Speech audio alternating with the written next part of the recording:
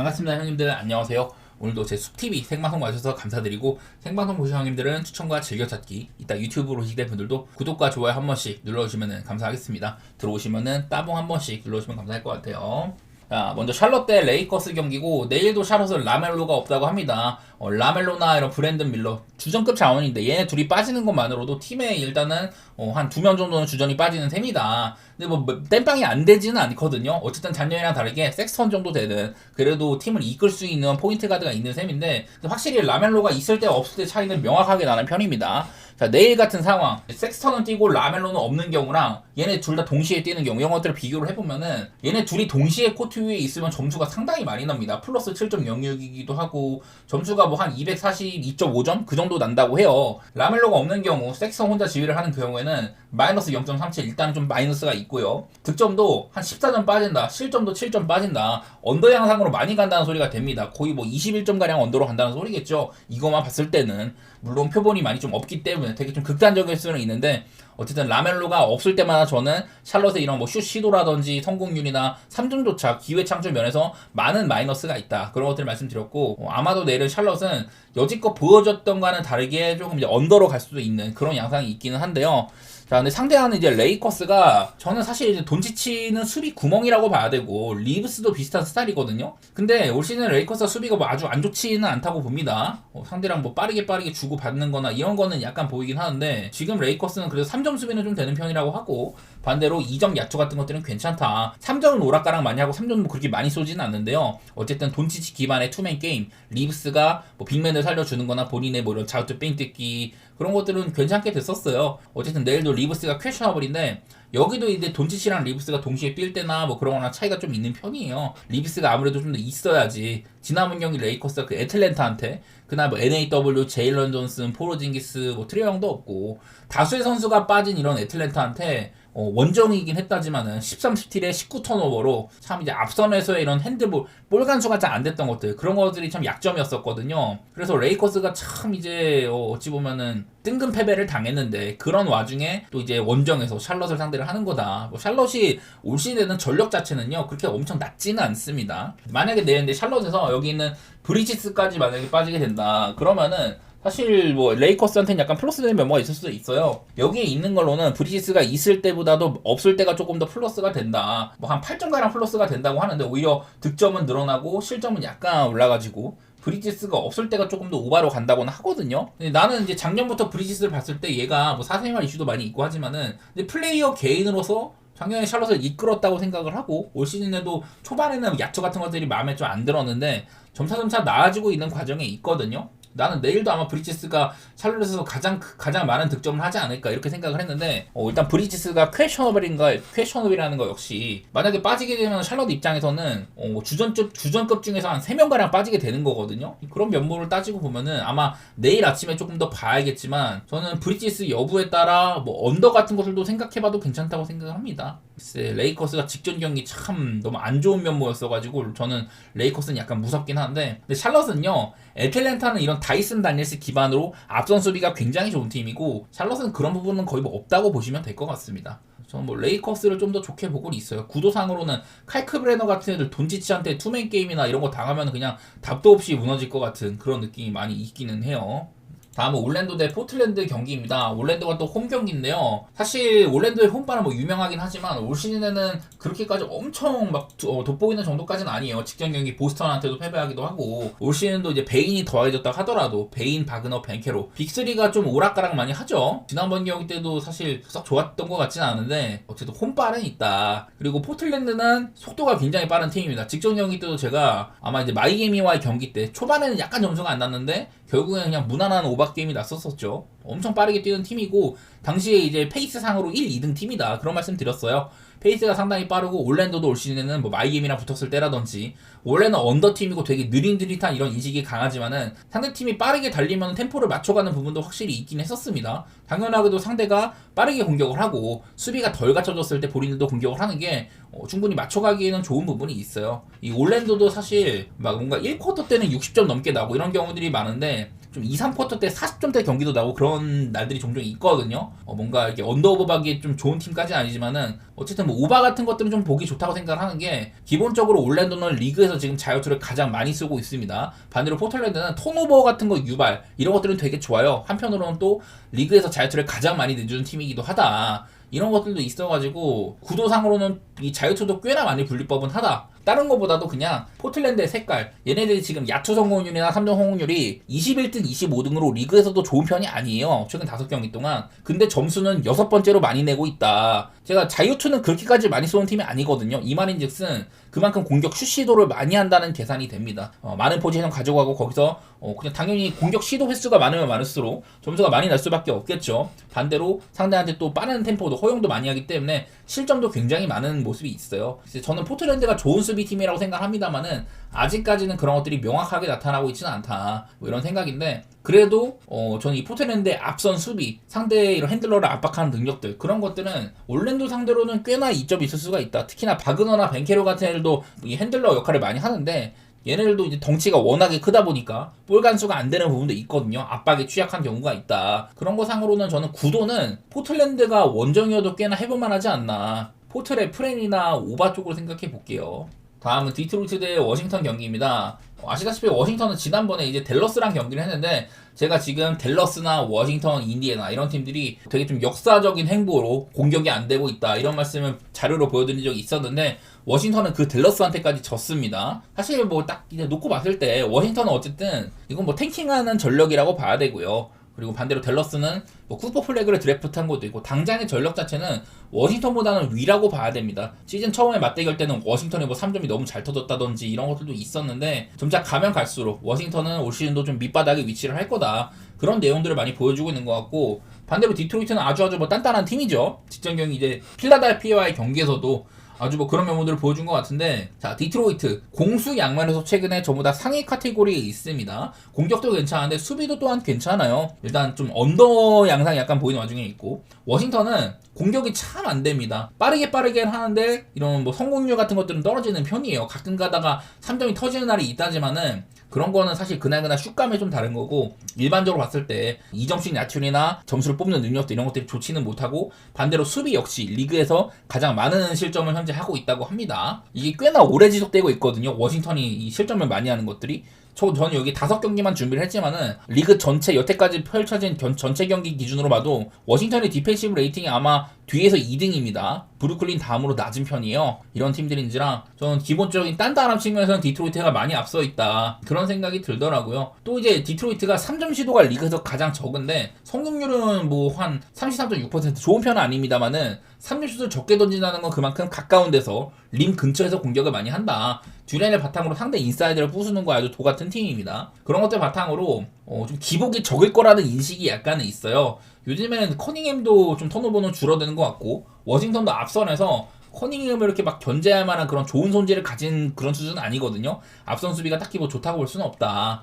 반대로 워싱턴은 댈러스한테까지 스틸을 15개나 헌납을 한다던가 뭐 이런 것들 보면은 기본적인 짜임 자체는 디트로이트가 많이 앞서 있다고 보여요. 그래서 전 디트로이트의 대승 가능성 예측을 하는데, 그래서 마인은 일단 볼 것 같고요. 235.5. 워싱턴도 지금 보면 성격보다 점수가 많이 안 나죠. 디트로이트 역시 공격은 잘 뽑는데 수비적으로 단단하게 잘 묶습니다. 그러면은 난 이게 구도가 디트로이트가 다득점을 할 거는 같은데, 사실 워싱턴이 조금 더 한 뭐 120점가량 내면서 대패를 할 거냐, 아니면 워싱턴이 좀 점수를 못 내면서 디트한테 한 120, 130점가량 주면서 패배를 할 거냐, 둘 중에서는 뒤쪽이 좀 더 맞아 보이거든요. 난 워싱턴이 특히 뭐 내일 디트로이트한테 3점 잘 터지거나 그럴 만한 근거가 별로 없다고 생각을 해가지고, 네, 저는 기본적으로 디트가 많이 앞설 것 같은 언더게임 한번 도전해보도록 할게요.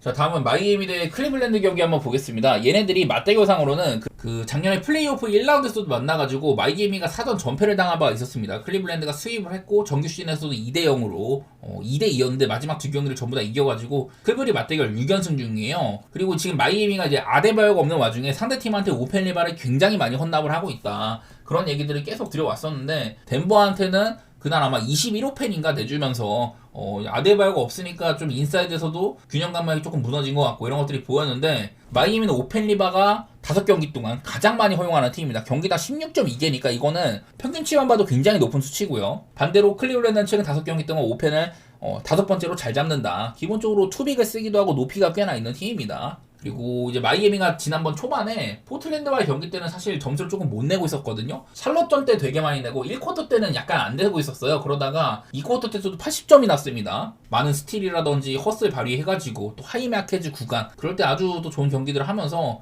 경기를 뒤집어내기까지 했습니다. 사실 경기는 좀 타이트하긴 했었는데 마이애미가 지금 뭐 히로도 없고 아데바요도 없고 이런 와중에서도 여전히 뭐 강팀이다. 저는 뭐 여러 번 이 마이애미의 감독, 스포엘스트라 감독이 리그 최고의 감독이라는 얘기를 많이 했었습니다.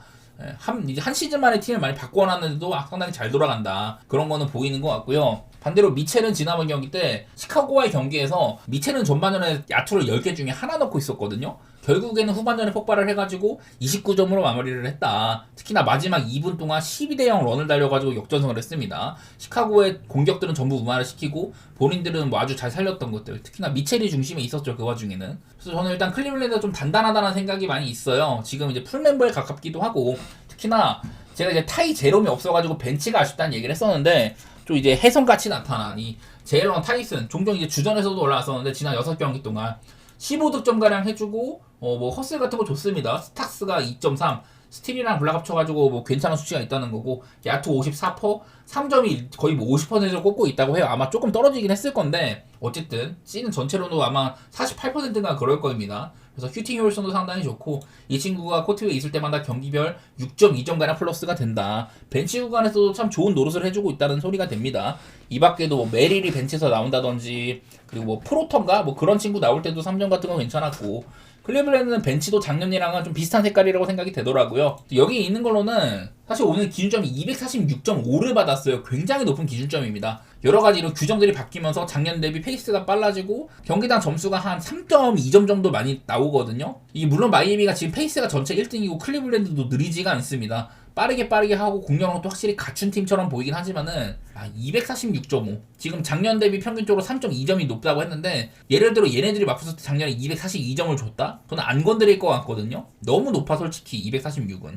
겉보기에 빠른 거 알겠고 3점 슛 넣는 거 좋고 이런 건 알겠는데 클리블랜드도 따지고 보면은 뭐 탄탄하지만은 기복이 좀 있는 팀이고요. 마이애미도 한 쿼터 때 뭐 80점씩 내는 지난번에 샬럿과의 경기 때도 1쿼터 때 86점 났거든요. 근데 결국에 그 경기가 235점이 안 났습니다. 포틀랜드랑은 되게 빠르게 주고받고 그랬는데 사실 246.5는요 솔직히 막연하게 그냥 오버보면 마음 편할 것 같아.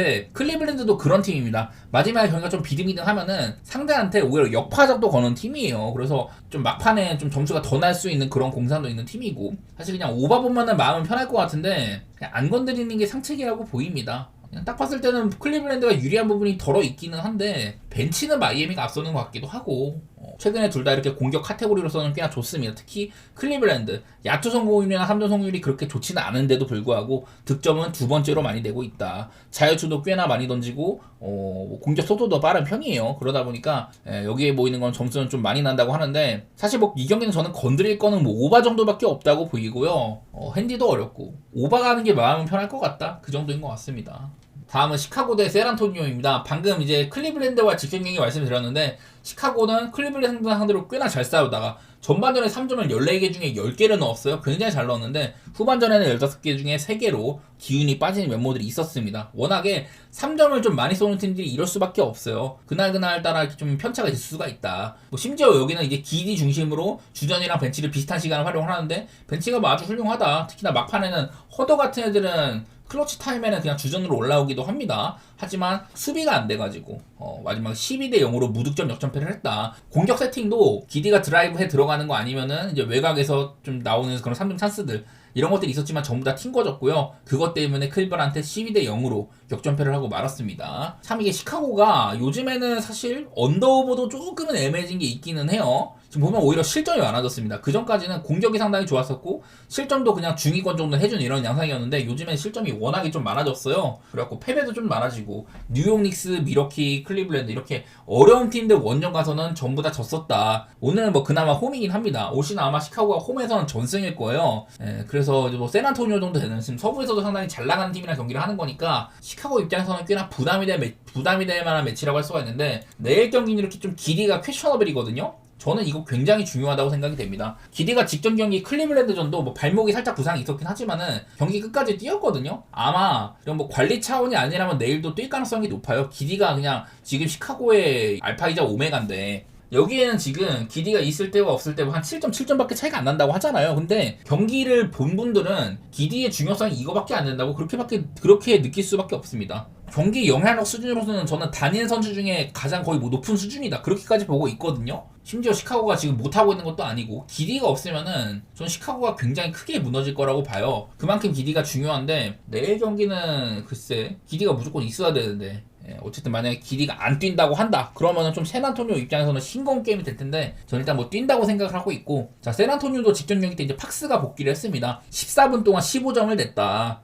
그날 총 24점을 뽑았는데 팍스가 복귀하자마자 나쁘지가 않았었어요. 특히나 빠른 스피드로 찍고 들어가는 것들 예전에 세크에서 보여줬던 그런 것들도 잘 된 면모들이 있었고요. 제가 그전까지 팍스를 좀 기대를 했던 거는 이 스테판 캐슬이 핸들러까지 보기에는 턴오버가 너무 많다. 그런 것들을 걱정을 했는데 팍스가 생각보다 이런 핸들러 역할은 많이는 안 하더라고요. 경기 보면은 샌안토니오가 이러면 턴오버 문제는 또 있을 수도 있는데 뭐 이런 생각도 들고 저는 이 경기는 샌안토니오가 조금 더 우위에 있을 만한 매치라고 보이기는 해요. 시카고도 이런 좀 강팀들을 만났을 때 무너지는 부분들 그런 것들도 보였던 것 같고 오늘은 그나마 홈이긴 하지만 샌안토니오가 조금 웃을 수 있을 만한 매치로 보이고 만약에 기디까지 빠진다? 그러면 더욱더 큰 플러스 요인이 되겠죠. 그래도 234.5면 좀 작은 것 같기는 합니다. 이게 시카고가 드라이브 민도가 되게 높은 편이에요. 그러니까 한마디로 림으로 돌진을 한다 이런 것들이 되게 많은데 사실 골밑슛보다는 이제 킥아웃 빈도도 굉장히 높거든요. 안으로 파고들어서 상대 어그로 뺀 다음에 외곽으로 킥아웃 해가지고 3점을 좀 더 효율적으로 쏜다 이런 것들을 아주 잘 쓰는 팀인데 웬베냐말 정도 선수가 인사이드에 있다. 거기서는 또 카운터를 맞을만도 하거든요.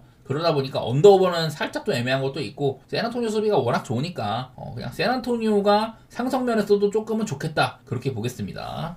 자 다음은 댈러스 대 미러키 경기 한번 보겠습니다. 일단은 맞대결 전적 하나 보고 시작을 할게요. 맞대결로는 미러키가 댈러스한테 6연승 중이라고 합니다. 사실은 근데 여기는 날짜들이 작년 이제 3월 이후니까 전부 돈치치 트레이드가 된 이후거든요. AD가 뭐 한 경기 뛰고 바로 자빠졌고 큰 의미는 없는 셈이 되는 겁니다. 댈러스의 전력이 상당히 약할 때 그때 만난 거라고 봐야 되고 내일도 이제 댈러스는 앤서니 데이비스랑 개포드 이런 애들이 퀘셔너블이 붙어 있어요. AD가 이제 복귀를 한다고 했는데 아마 지난번 경기 때 안 뛰었던 걸로 알고 있습니다.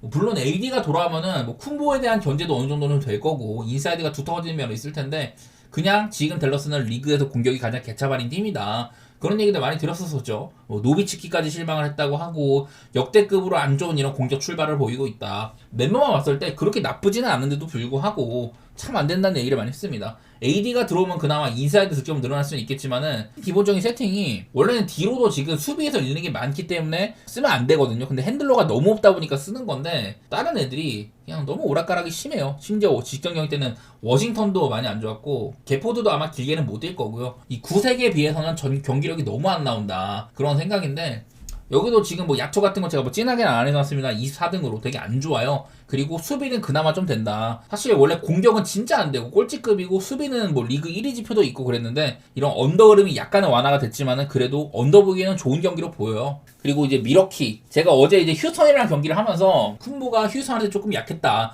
첩첩산중이다. 인사이드 진입이 약간 어려울 수 있다. 이런 얘기들을 했는데 뭐 그러면은 미러키는 또 3점이 굉장히 좋은 팀이기 때문에 그런 것들을 활용할 수도 있는 거고 어제 경기 때는 오펜 리바를 많이 따였지만은 쿤보도 35득점 넘게 했거든요. 괜찮았습니다. 상대한테 턴오버를 유발을 많이 한다든지 그런 것들도 좋았었고 사실 이게 작년에 릴라드나 그리고 브룩 로페즈 이런 애들이 롤린스나 터너 같이 조금 더 한 거의 뭐 5년가량 젊은 애들로 바뀐 거기 때문에 확실히 팀이 좀 빨라진 부분도 있는 것 같아요. AJ 그린 올 시즌도 아주 좋은 효율로 3점 꽂아주고 있고 게트주도 좀 기복은 있다고 합니다만은 쌓아놓은 게 많아서 게트주도 3점이 좋게 찍히거든요. 팀 구성 자체가 쿤보, 고 그리고 외곽 이런 것들은 잘 펼쳐지고 있다고 생각이 됩니다. 댈러스에 비해서는 확실히 미러키가 우위에 있는 부분이 많은 것 같아요. 다만 이제 백투백이라는 게 조금 문제고 그러긴 한데 어제 경기 쿤보가 뭐 이상 없이 경기를 잘 마무리를 지었습니다. 다른 애들도 지금 막 부상 있어가지고 백투백일 때 관리받거나 그런 애들은 거의 없어요. 내일 혹시나 모를 쿤보의 관리 가능성 그런 거 아니면은 네, 크게 뭐 문제는 없을 거라고 보입니다.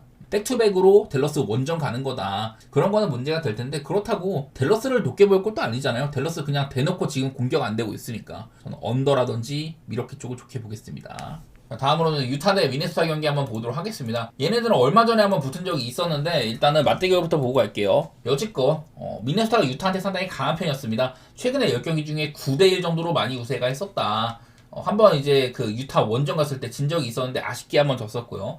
가장 최근 경기 그때는 이제 미네소타가 홈이었었고 유타가 한창 원정에서 5연전을 할 때인데 유타 이때 진짜 못했었죠. 그나마 이제 보스턴 한번 잡은 거 있지만은 전반전에 36점 냈는데 보스턴이 3점을 고집하다가 역전에는 말도 안 되는 그냥 보스턴이 똥볼 찬 경기거든요. 그거 말고는 유타는 원정 내내 못 해왔었고 지난번 이제 미네소타 원정도 다르지 않습니다. 1쿼터부터 그냥 거의 뭐 트리플 스코어급 차이가 났어요. 이후에는 점수가 꽤나 많이 나고 이랬지만 어쨌든 점수차가 그냥 유지된 채로 끝났다고 보시면 됩니다. 이날 앤트맨이 이제 복귀하고 두 번째 경기였는데 26분 뛰고 37득점을 기록을 했습니다. 3점 12개 중에 7개 상당히 잘 들어갔죠. 이외에도 뭐 디빈첸조가 다른 날보다는 조금 못 미쳤지만 요즘에 어쨌든 상승세라고 볼 수가 있고 랜들은 이날도 트리플 더블 활약을 했거든요. 많이 안 뛰고 26분 뛰고 트리플 더블을 한 거예요. 그러니까 미네소타가 요즘에 분위기가 확실히 좋다고 보입니다. 앤트맨이 돌아온 것도 그렇고 사실 좀 이제 과도기예요 팀이. 콜리가 나이가 너무 많기 때문에 쓰면 안 되는데 대체자에 대한 연습이 좀 안 돼 있었거든요. 지금 고베어도 약간 못 써먹을 만한 상태고 이런데 어쨌든 유타 상대로는 그래도 고베어도 역할이 있었었고 미네소타 팀적으로는 저는 좀 회복세에 있다고 보이기는 해요. 요즘에 특히 미네소타는 수비도 조금 갖춰지고 있는 반면 공격의 여러 카테고리에서 상당히 좋습니다. 뉴욕한테 지긴 했지만 그 전에 뭐 쌓아놓은 것도 많아갖고 요즘에 3점 너무 잘 들어가는 거라든지 전반적으로 괜찮아요. 미네소타는 뭐 유타 원정이라는 게 약간 아쉽지만은 최근에 유타 원정도 6경기 동안 5승 1패였다고 합니다. 그러니까 흔들릴 각이 좀 적다는 얘기가 되는 것 같아요. 마침 유타 안 그래도 올 시즌도 좀 탱키급 전력인데 시즌 초반에 막 클리퍼스 대승하고 이런 것 때문에 약간 거품이 있습니다만은 경기를 계속해서 보면 볼수록 지금 이제 캐슬러까지 나가 떨어졌고 마카렌도 요즘에 오락가락 많이 하거든요. 키온테 조지 득점을 간간히 해주긴 하지만은 여전히 이런 핸들링 같은 것들은 못 써먹을 수준입니다. 콜리어가 복귀를 했지만은 둘 다 뭐 비슷해요. 그래서 유타는 팀적으로 잘 굴러가기가 어렵다고 생각이 됩니다. 그냥 막말로 몇 명만 봤을 때 마카렌 말고는 써먹을 친구가 없잖아요. 그나마 벤치에서 가끔 뭐 센사보라든지 괜찮은 애들 몇 명 있긴 하지만은 다른 팀 가서 주전 먹기는 어려운 애들입니다. 그냥 미네소타가 훨씬 더 강한 레벨로다. 저는 뭐 미네소타를 좋게 볼 만한 매치인 것 같고요. 지금도 여기도 보면은 유타의 공격 3대 카테고리가 전부 다 밑바닥을 기고 있다. 이거는 대부분 이제 원정에서 나온 거긴 한데 간만에 이제 홈으로 오는 거니까 바뀔 수는 있겠지만은 미네소타가 딱히 유타 원정에서 약한 것도 아니었고 유타가 너무 못해버리면 문제가 되는데 그래도 유타 홈빨이 있는 팀이긴 하니까 이런 것들을 또 한번 보여주지는 않을 거다. 뭐 그렇게 그냥 막연하게 예측하면서 점수는 조금 날 거라고 그렇게 생각해 볼게요. 자, 다음은 피닉스 대 뉴올리언스 경기인데요. 사실 저는 이 경기가 제일 어렵다고 생각을 해요. 요즘에 피닉스가 좀 좋아지고는 있습니다. 부상자도 브룩스도 돌아왔고 제일런 그린도 돌아왔다가 바로 이제 나가 떨어져서 앞으로 또 결장이 많이 있을 거라고 하더라고요. 그린은 뭐 한 경기 뛰고 수납한 상태인데 그래도 팀적으로는 뭐 오닐이라든지 뭐 던이라든지 특히나 세나토니오 잡은 경기 그런 것들로 많은 좀 좋아진 면모들을 보였었다. 그전에는 뭐 유타한테 깨진다거나 뭐 이랬었는데 어쨌든 피닉스의 최근의 상태는 그렇게 뭐 나쁜 것 같지는 않더라고요. 근데 이제 지난 두 경기 동안 클리퍼스를 상대했던 거 어려운 팀이지만은 이게 클리퍼스가 뭐 하든이나 카와이가 둘 다 없거나 카와이는 없는데 하든이 또 이제 독감이 있어가지고 지난번 경기도 좀 이제 쉬운 상황에서 경기를 한 거잖아요. 그러다 보니까 피닉스가 약간은 좀 거품이 있을 수는 있다. 그래서 요즘에 뭐 그레이슨 알렌이 3점 효율 같은 거 많이 좀 올리고 있는 것도 그렇고 나쁘지 않게 보이기는 해요. 뭐 여기는 그레이슨 알렌, 로이스 오닐, 벤치에서 길라스피까지 3점을 참 잘 던져주고 있는 이런 것들이 발견되기는 하는데 꾸준한 믿음을 줄지는 모르겠습니다. 어쨌든 요즘에 3점이 힘이 되고 있는 거는 맞다. 여기다가 수비적으로도 상대한테 기회를 좀 안 주는 한편 점수도 좀 적게 허용하고 있는 것들 이런 것들은 긍정적이라고 보긴 하는데 상대한 팀들이 마침 클리퍼스 두 번 만난 거 둘 다 클리퍼스가 멤버적으로 아쉬울 때였었고요. 그리고 뭐 샌안토니오는 상당히 웬베를 잘 막은 경기고 유타 만난 거 유타가 참 노답일 때 만난 거거든요. 최근에 상대한 팀들이 팀적으로 상태가 별로거나 못 미치는 팀들을 만난 거기는 하다. 내일 만나는 뉴올리언스 자이언이 없는 상태잖아요. 여기다가 드존테 머레이나 조던 풀같이 이런 앞선에서 무조건 주전일 만한 애들 이런 애들도 없는 상태인지라서 저는 내일도 피닉스가 좀 쉬운 상대를 만난 거라고 보긴 하거든요. 근데 한편으로 뉴올도 지난번에 샌안토니오한테 트머 3이 41점을 쏜다든지 그리고 피어스도 그리 나쁘진 않더라고요. 생각만큼 못하지는 않는다. 전 자이언 없으면 뉴올도 인사이드 진입이 어렵다거나 뭐 그런 어려움을 겪을 거라고 했는데 뉴올런스가 사실 겉보기에는요 좀 별로여야 되는데 그렇게 엄청 나쁘진 않더라고요. 생각보다 수비에서는 칭찬할 게 전혀 없는 팀이다. 피닉스가 유리할 거는 같거든요. 근데 난 뉴올런스가 좀 비비는 그림들 댈러스 잡아먹은 거, 그리고 샬럿한테도 어렵게 이긴 것들, 이런 것들도 의미가 없다고는 생각 안 해가지고 좀 피해야 되는 경기 같기는 해요. 보기에 좋은 경기 같지 않습니다. 자, 다음에는 클리퍼스 대 애틀랜타 경기입니다. 방금 말한 것처럼 클리퍼스가 지금 카와이가 아마 더 빠질 거예요. 그리고 하든도 이제 지난번 경기 이제 40분이나 뛰었지만 독감을 앓고 있는 상태여서 상태가 안 좋았습니다. 하든 올 시즌에 성적은 괜찮거든요. 3점 같은 것도 잡고, 근데 지난번 경기가 올 시즌 최악의 경기였다. 아무래도 몸 상태가 너무 안 좋다 보니 그 와중에도 40분이나 뛰었는데, 여러 차례 지금 벤치에서는 직전 경기 때도 보면은 존 콜린스가 28분 동안 야투 12개 중에 8개, 3점도 3개 중에 2개 넣으면서 존 콜린스다운 면모를 보여줬거든요. 근데 이런데도 주전으로 안 쓰는 거야. 나는 이해가 참 안 돼. 데릭 존스 주니어가 뭐 팀적으로 합도 맞고 괜찮다고 합니다만은 무조건 콜린스의 시간을 늘리는 게 저는 맞는 방향이라고 보이거든요. 특히나 카와이가 없다면은 그냥 브래들리비 빼고 던도 어느 정도는 이 핸들러에 도움이 되는 편인데, 하든, 던, 대존주, 여기다 뭐 콜린스, 주바치 이렇게 가면 좀 괜찮을 것 같은데 뭐 그런 시도들을 안 하고 있습니다. 저는 클리퍼스한테 믿음이 좀 없는 상태예요, 요즘에는. 안 그래도 팀적으로도 지금 사실 올 시즌은 주바치도 감량하고 나서는 약간 힘이 떨어진 것도 있기도 하고 별로 막 보기가 좋지가 않거든요. 일단 클리퍼스 지금 내일 뭐 하든의 상태도 애매한데 별로인 것 같습니다. 마침 애틀랜타가 직전 경기 때 그렇게나 애들을 많이 뺐는데 NAW, 캐너드, 제일런 존슨, 포르징기스 싹 다 빠지고 트레이온까지 없는데, 그런 상황에서 레이커스를 잡아먹었잖아요. 여기에는 또 이제 그날 이제 무하마드 게이에가 아마 3점 4개 중에 4개 다 꼽았을 거예요. 그런 날이 거의 없었습니다, 여지껏. 근데 올 시즌에는 애틀랜타의 주전 라인업, 제가 제일런 존슨 같은 애들이 원래 온오프 마진이 거의 한 플러스 10가량 찍힌다고 했었잖아요. 근데 올해는 엄청 마이너스거든요. 한마디로 애틀랜타는 지금 주전은 엄청 마이너스, 벤치는 플러스가 된다, 이런 의미인데, 그 벤치 중에서도 여기 있는 게예, 그리고 뭐 루크 캐너드 이런 애들이 상당히 좋게 지키거든요. 게예가 뛸 때가 플러스 11.97로 얘가 안 뛸 때보다도 거의 뭐 한 18.5점가량 좋아지는 면이 있다고 합니다. 공격도 막 7점가량 좋아지는데 실점도 12점가량 줄어든다. 그래서 지난번 경기 때 이런 애들이 선발로 나오니까 3점도 잘 꼽고 수비적으로도 뭐 리바간투 잘 되면서 앞선에서는 다니엘스가 휘젓고 다니고 그런 양상이 반복이 됐었거든요. 그리고 리사시에도 올 시즌에 작년에 이제 1픽 치고 리사시에 1픽이 이렇게 못해도 되나 싶었는데 올해는 뭐 나쁘진 않더라고요. 머리 스타일도 바꾸고 별로 보기 안 좋은 경기 같아요. 애틀랜타 지금 가장 많이 바뀐 건 트레이 형이 없으니까 수비가 좋아진 게 제일 많이 눈에 띕니다. 트레이 형은 그야말로 수비 구멍이잖아요. 특히 좀 야투 방어도 상당히 높고 상대한테 턴오버 유발도 잘하고, 지금 아마 다니엘스가 구단 그 연속 스틸 기록을 갈아치웠다고 합니다. 그만큼 앞선 수비가 워낙에 좋은 선수이기도 하고, 승패는 좀 애매한데 그냥 언더 같은 거 지켜보는 정도? 클리퍼스의 수비가 실점이 상당히 많다는 거, 그리고 애틀랜타도 공격이 느리진 않거든요. 그런 게 문제긴 하지만은 클리퍼스 기본적으로 리그에서 슛 시도가 가장 적은 팀이다. 여기다가 카와이까지 없으면 준수한 득점원도 없는 거니까 높은 확률로 성공시켜줄 수 있는 자원이 없는 거다 보니까 그런 부분에서도 좀 낮은 기준점이어도 일단 뭐 언더 정도 그림만 그리고 있기는 해요. 역시나 애틀랜타가 직전 경기 레이커스를 잡은 거는 참 이제 안 그려지는 그림인데 해냈던 거기 때문에 사실 뭐 보기 좋다고 할 수는 없고, 그날따라고 3점도 41%가량 터지고 최근에 그렇게 잘 터진 편은 아니었는데 그런 좀 뽀록 정도 있는지라 뭐 애틀랜타를 저는 과하게 막 뻥튀기 하지는 않을 것 같고요. 그냥 언더 정도만 살짝 생각해 보겠습니다. 기준점이 너무 낮아서 그런데 그래도 보도록 할게요.